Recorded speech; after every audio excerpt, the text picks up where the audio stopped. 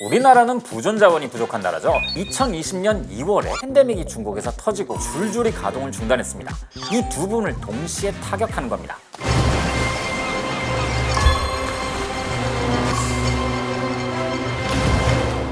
바다를 바라보며 대한민국을 읽어봅니다. 안녕하세요. 오션뷰 바다로 읽는 대한민국의 작가 김밥입니다. 몇 달 전에 종량제 봉투로 품귀난을 겪었던 것, 이거 기억하실 거예요. 뉴스에서 종량제 봉투가 부족해질 수도 있다는 소식을 들은 사람들이 너도 나도 달려가다 보니 편의점에서 동이 나버린 거죠. 그와 마찬가지로 카페나 음식점에서는 사장님들이 플라스틱 컵이나 배달 용기들을 반년치씩 사재기하는 일도 있었고요. 또 옆 나라인 일본에서는 가루비의 과자 봉투가 흑백으로 인쇄되어서 나온 일도 화제가 됐었죠. 호르무즈 해협이 막혔다는 뉴스나 해상 공급망은 우리의 삶과는 관련 없는 일처럼 여겨집니다. 하지만 우리의 눈에 직접적으로 보이지 않을 뿐이지 그 무엇보다도 일상과 깊은 관련을 맺고 있는 것이 바로 해상 공급망이죠. 그 중에서도 우리나라 산업에 미치는 영향은 정말 엄청납니다. 오늘의 오션뷰는요, 호르무즈에서 부산항까지 바다에 의존하는 한국에 관한 이야기입니다. 우리나라는 부존 자원이 부족한 나라죠. 그래서 산업화 당시의 방향성을 원료를 수입해서 가공하고 수출하는 가공무역으로 잡고 성장했습니다. 에너지와 광물 등 막대한 원료를 바다를 통해서 들여오고 그것을 가공해서 반도체, 자동차, 철강, 전자, 석유화학 제품 등으로 만들어서 다시 바다로 내보내는 구조를 만들었거든요. 쉽게 말하자면 생산과 판매 모두 해상에 의존하는 구조란 거죠. 이런 해상 의존적 구조는 사실 굉장히 효율적입니다. 지난 30년 이상의 시간 동안 해상 공급망은 효율성을 목표로 극도로 발전해 왔거든요. 운송 비용을 조금이라도 더 낮추기 위해서 한 번 운송할 때 최대한 많은 컨테이너를 실어야겠다. 그래서 컨테이너선의 크기도 점점 커졌고요. 수에즈, 파나마 운하나 호르무즈 해협 같은 아주 효율적인 길목을 통해서 운송을 하면서 운송 시간도 단축시켰죠. 이렇게 저렴하고 빠르고 안정적인 일정으로 글로벌 단위로 운송이 가능하니까 전 세계 어디든 가장 저렴한 곳에서 원재료를 공급받아 생산했던 것이 가능했던 거예요. 이게 우리나라 경제가 빠르게 성장해온 비법 중 하나였고요. 현대 기업들이 재고를 최소화하고 수요를 예측해서 그에 걸맞게 생산을 조절하는 것으로 효율성을 극대화할 수 있었던 것도 바로 이 해상 공급망 덕분입니다. 특정 시기에 예상되는 수요만큼만 생산하면 되니까 그에 맞춰서 공급망의 원자재와 중간재 등을 일정에 맞춰서 저렴하게 조달하는 게 중요해진 거죠. 운송비가 비싸고 운송 일정이 불규칙적이라면 한 번에 많은 양을 주문해서 쌓아두고 생산하는 게 나았겠지만은 그렇지 않으니까 필요한 때 글로벌 단위로 운송을 하는 게 더 나은 거예요. 그런 점에서 보자면 현대 기업들은 부품과 중간재, 재고들을 사실상 전 세계 공급망을 따라 이동하는 배 위에 두고 있는 것이나 다름없죠. 이를 바탕으로 글로벌 분업이라는 극도의 효율성을 추구할 수 있었고요.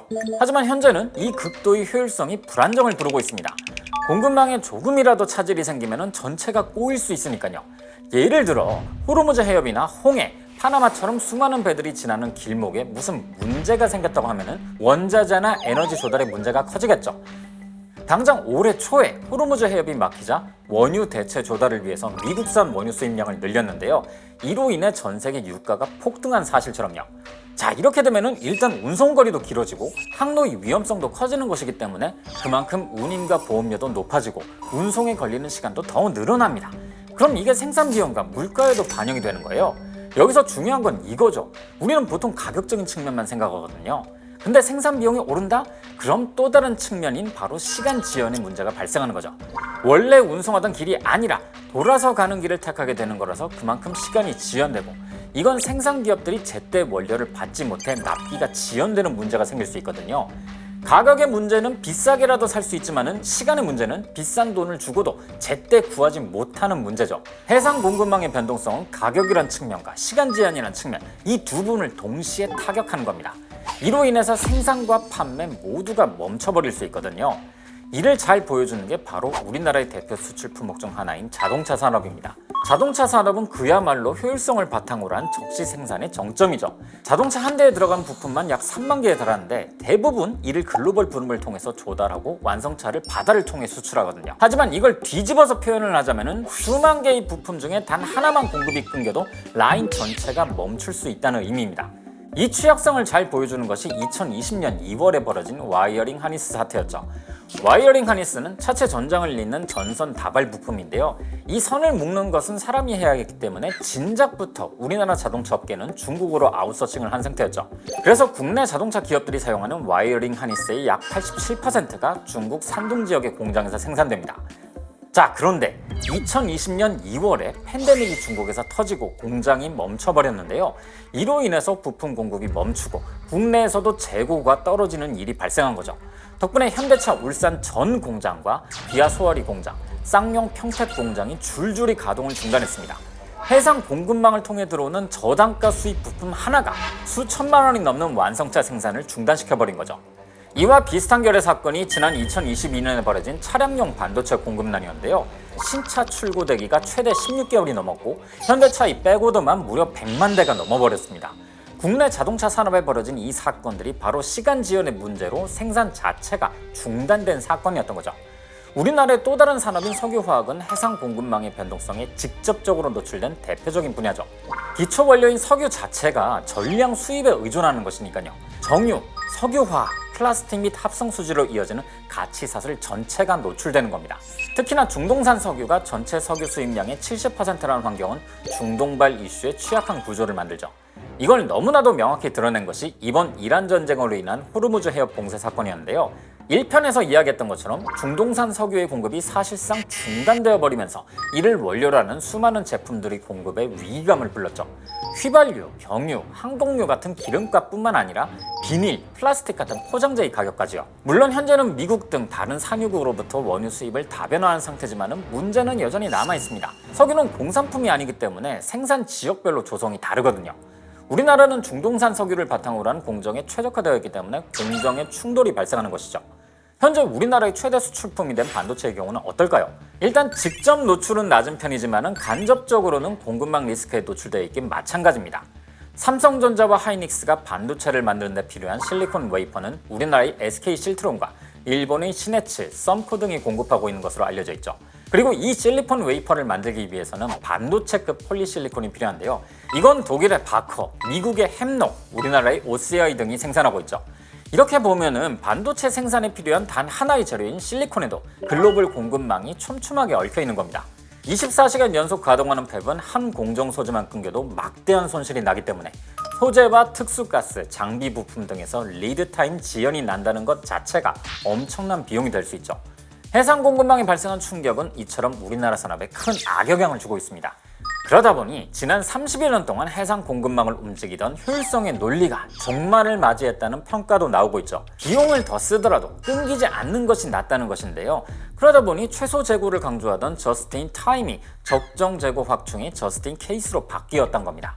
공급처를 다변화하고 재고를 확충하면서 충격이 발생하더라도 회복력을 우선시하겠다는 거죠. 그리고 무엇보다도 해상 공급망의 변동성이 가장 큰 영향을 주는 분야가 있죠. 무역과 물류, 수출입, 에너지 공급과 직결되어 있는 해운 산업입니다.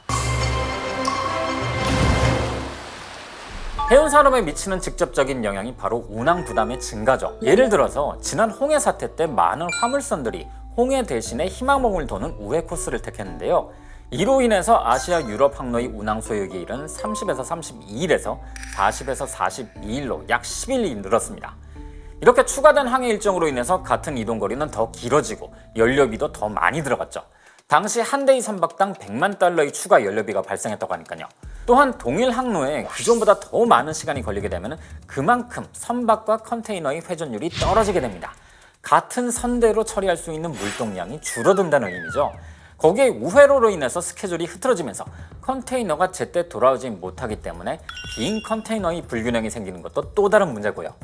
사실 해운 운임이 오르고 운항기간이 길어지는 건 단기적으로는 해운사들에게 좋은 소식이긴 합니다. 선박의 수송 능력을 선복이라는데요.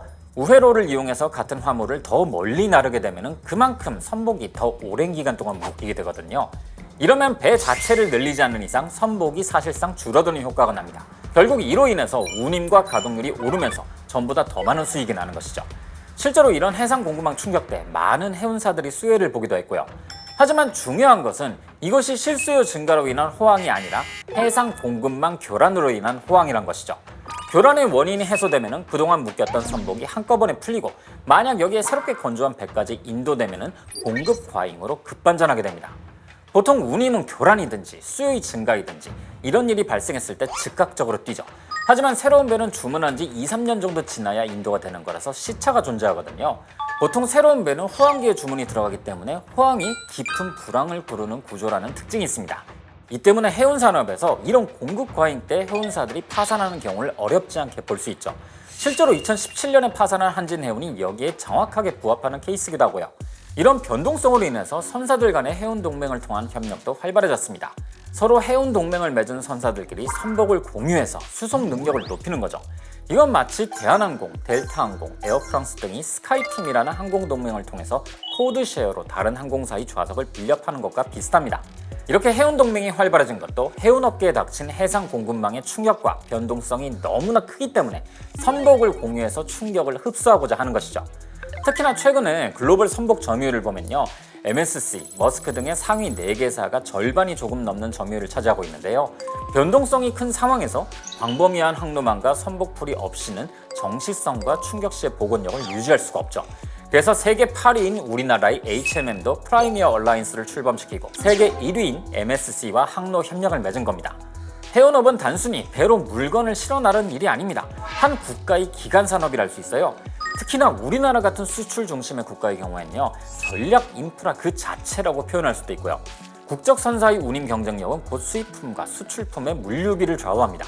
운임이 오르면 그 비용은 시차를 두고 소비자에게 전가되고요. 뿐만 아니라 국적 선사는 위기 시에 자국 기업의 화물을 우선적으로 처리합니다. 이 말은 무엇이냐? 우리나라의 해운 산업이 제대로 유지되지 못한다면 위기 시에 우리나라의 수출과 수입은 후순위로 밀릴 수 있다는 뜻이기도 하죠. 수출이 막히고 원자료 수입에 차질이 생기면 그 타격은 기업의 매출, 고용, 그리고 가게의 구매력에도 영향을 주고요. 이제 해상 공급망은 효율에서 회복력으로 그 패러다임이 변하고 있습니다. 해상 공급망에서 활발하게 상품과 자원을 운송하는 해운사들도 여기서 마찬가지죠. 그렇게 갈수록 커지는 해상 공급망의 변동성을 견디기 위한 시스템이 필요한 거예요. 위기는 막을 수 없습니다. 하지만 그 충격을 견디는 힘을 키울 수 있거든요. 이걸 위해서 필요한 게 무엇일까요? 우선 선제적인 공급망 모니터링이죠. 위기를 사후에 수습한 것이 아니라 선행 지표로 미리 감지하는 상시 감시 체계의 구축, 모니터링을 통해서 리스크를 대비하는 것이야말로 충격을 견디는 데 가장 기본적인 방법이니까요. 그리고 정보들을 투명하게 제공하면서 해운사와 화주 모두가 정확한 판단을 내리는 것을 돕는 것이죠. 바로 이런 일들을 하는 곳이 한국해양진흥공사입니다. 해상 공급망의 변화가 산업과 경제에 미치는 영향이 커지는 만큼 관련 리스크를 빠르게 검토하고 대응하는 중요성도 함께 커지고 있습니다. 이번에서 말씀드렸다시피 한국해양진흥공사에서 신속하게 해양산업과 글로벌 공급망 현황을 면밀하게 검토하고 분석해서 정기, 수시, 특집 형태의 자료를 발간하고 있는데요. 해당 자료는 한국해양진흥공사 홈페이지 내 해양정보서비스에서 누구나 확인할 수 있다고 합니다. 양질의 자료가 판단력과 대응력을 높이는 법이니 확인하는 거 잊지 마세요. 해상 공급망은 이제 지정화, 기후, 수급 등의 리스크가 동시 작용하는 복합 리스크의 시대를 맞았습니다. 비유하자면은 과거에는 평온한 바다였지만은 이제는 파도와 날씨를 예측하기 힘든 불확실성의 거친 바다가 된 것이죠. 위기가 공급망을 타고 우리나라의 전 산업과 우리의 삶에까지 영향을 미치는 상황에서 그 전이를 선제적으로 감시하고 경보하는 체계가 필요합니다. 한국해양진흥공사의 역할에 대한 자세한 내용은 다음 시간에 함께 읽어보겠습니다. 오션뷰 바다로 읽는 대한민국, 지금까지 작가 김밥이었습니다.